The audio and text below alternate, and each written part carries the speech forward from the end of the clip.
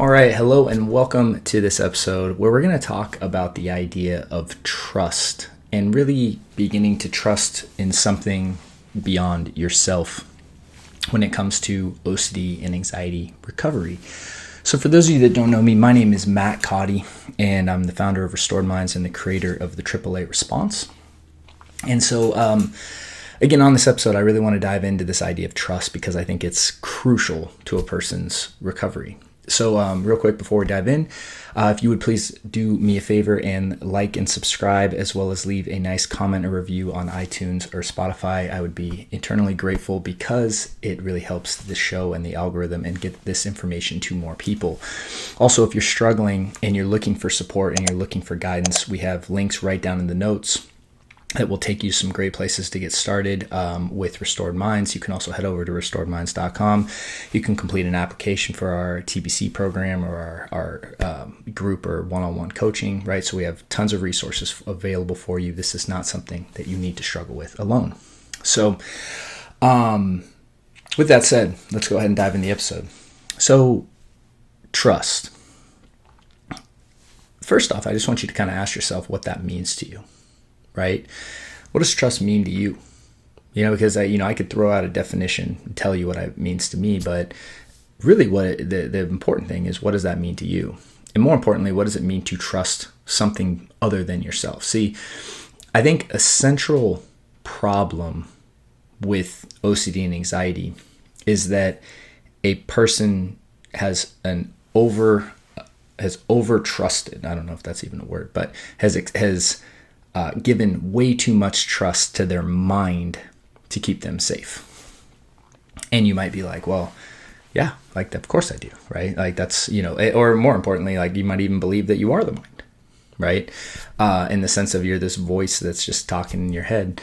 And then what happens is, because we have this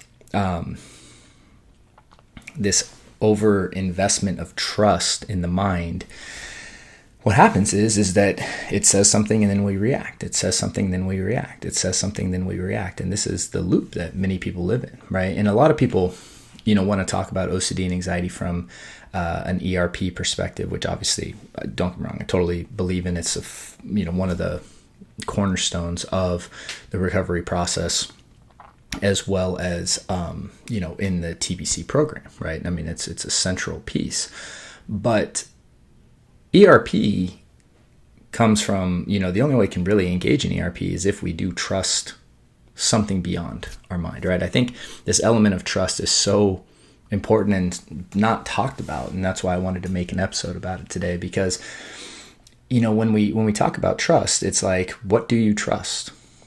What do you trust beyond your mind? Now, I'm not going to get too spiritual or religious on this particular episode, because the problem is, if I throw certain words out, your mind is already going to have certain beliefs and connotations and ideas about that and what you believe about that, and it can get lost in semantics, right? So one of the things that, and because we can talk about a lot of things, right? We can talk about trusting in God, right? We can talk about trusting in the universe, in divine intelligence, in the unconscious, right? Even that. And so for people that might not be aligned with the word God or the word, like the word, the universe, or, whatever. Even when you talk about the unconscious or subconscious, right? It's like, that's beyond you because you're not conscious of it, right? I mean, like, that is something beyond you.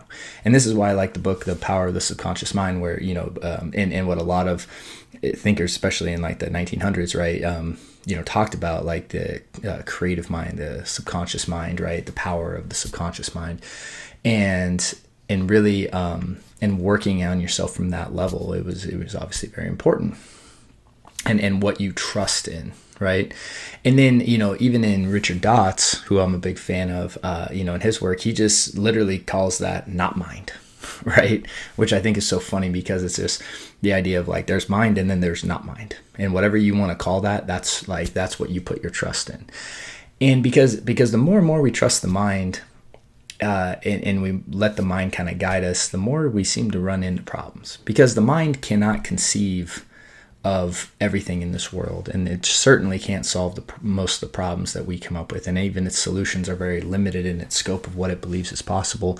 And usually it's operating from fear, right? And when we operate from fear, we create a very limited life for ourselves, because fear reinforces fear. So when you start giving into fearful thoughts, you get more fearful thoughts, and what becomes, hey, I'm afraid of having an allergic reaction to a certain food, becomes I can't eat all these types of food, to I have to have this special diet, to, ultimately you're the person that's bringing a brown bag of lunch to a nice banquet dinner and eating that in the corner because nothing else is safe, right? And, in these kind of behaviors, I know I see them again and again and again with people I work with, especially more in an in-depth fashion in TBC and in our coaching programs. But when it comes to trust, the thing that you really need to get clear on is that you're going to need to trust something beyond yourself. There's just no other way around it. Even if that is your subconscious mind, or the collective unconscious, as Jung called it, right? Like this field of unconsciousness that we have the ability to tap into to solve problems, and that's a good force for us, right? If that is God and that aligns with you, great. If that's the universe and that aligns with you, great. But you have to be able to trust yourself, because what we have to do in order to get better is to literally let go of trusting the mind, and to say, the more I follow the mind, the more lost in fear I become, the more I see threat everywhere, the more I see things as threatening that aren't really threatening. This is what happens just naturally. The more neurotic I become, the more paranoid I become. And obviously this is coming from someone who was very, very, very lost in his mind, right? I'm talking about myself in the third person, but it's someone who was really lost in the mind for a long time, and trying to continue to trust the mind and do ERP is going to be like a very oil and water approach to this, because no matter what, the mind's just going to come up with something else. And you're always going to be, well, is this a real thought that I should trust? Is this not a real thought? And you're always going to be in that battle of like, how much do I trust the mind? When do I trust the mind? All of that. And to circumvent that particular hurdle, right? Or to get over that hurdle, to not get caught in that stage where people get stuck, which often leads to setbacks and relapses and all of that. You really have to anchor into something else. And for you, that's up to you, what you decide. You get to determine that, right? Because you get to choose what to believe in this world. That's in fact your biggest power, in my opinion, is what you determine. You get to determine what you believe. You get to determine what stories you're going to align with and what stories you're not.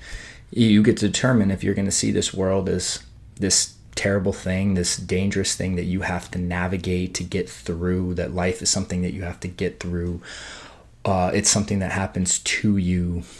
And your mind is very good at convincing you of that you're a victim of X, Y, or Z, all of that. Or we can begin to look at life as something that happens for us, as this great experience that we get to have. Now, sure, do things happen in life that we don't want? Yeah, but even then, for most of us, we can look back on the things that we perceived as bad at one point in our life and realize, at least for me, like that had to happen for me to grow. It just did, And so while I perceived it as bad, it may have indirectly been a great thing in my life. I can think of, getting really sick, or twice in my life where that happened. And then I can also think of, losing a job, getting let go, right? And the disturbance that caused, and I think of things that, ending relationships, right? Getting, breaking up with someone, getting broken up with, right? All that stuff, right? These things that we think, are these terrible things. Oftentimes like a lot of growth comes out of that, and oftentimes we're left better as a result of going through it. So, when you begin to learn to trust, that is when you can really do the work that you need to do to get better. And so this episode today is not going to be about ERP tactics or any of that stuff, because a lot of times that's the mind just trying to think it needs to figure out these certain tactics. At the end of the day, intuitively, you know exactly what you need to do, right? I mean, it's not complicated. People that want to complicate this just are following the mind and trying to make it complicated to convince themselves this is something that's really challenging. At the end of the day, it's pretty cut and dry for the most part what you need to do to get better. The question you need to ask yourself is, why have I been staying in this loop? What have I been believing? What have I been trusting?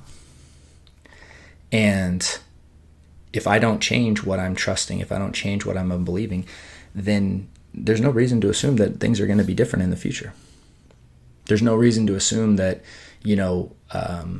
going to that one session or, trying to do this one technique that picking up this practice, that practice is not going to matter if your fundamental trust and belief is off, right? And so that's where I think the importance of determining what it is you're going to trust, whether that's, again, God, whether it's the universe, whether it's just the subconscious, right? That you're going to trust beyond something that is, or, like Richard Dock calls it, not mind. What am I going to trust that's not mind? And whatever that is for you, is we need to start cultivating a more trusting relationship with it for you to be successful. So, hope this was helpful. And again, I know it's a little bit different topic today, but I think it's just so important, so I wanted to share it. And with that said, if you're looking for help, again, we talk a lot about this stuff in TBC. The belief structures and what it means to trust and all that stuff is a very central tenet of that program. So, if you are in a place where you're looking for help and you're at a place where you're really feeling like this is your time to start taking your life back, then I would really encourage you to apply, because we're opening up more and more groups now. And we're at a place where, this process works, and I'm confident in it. So, check it out. We have some links down in the notes. You can also head over to restoredminds.com. With that said, wish you guys a great week as always, and I look forward to seeing you on the next episode. Take care. Hey there. So if you enjoyed that video, we've linked up a few more videos that we think you'd find helpful as well. And if you have found this helpful, we'd really appreciate your support by liking and subscribing. And if you're looking for help and guidance, please check out restoredminds.com, as we have several options for you to get started. See you guys soon.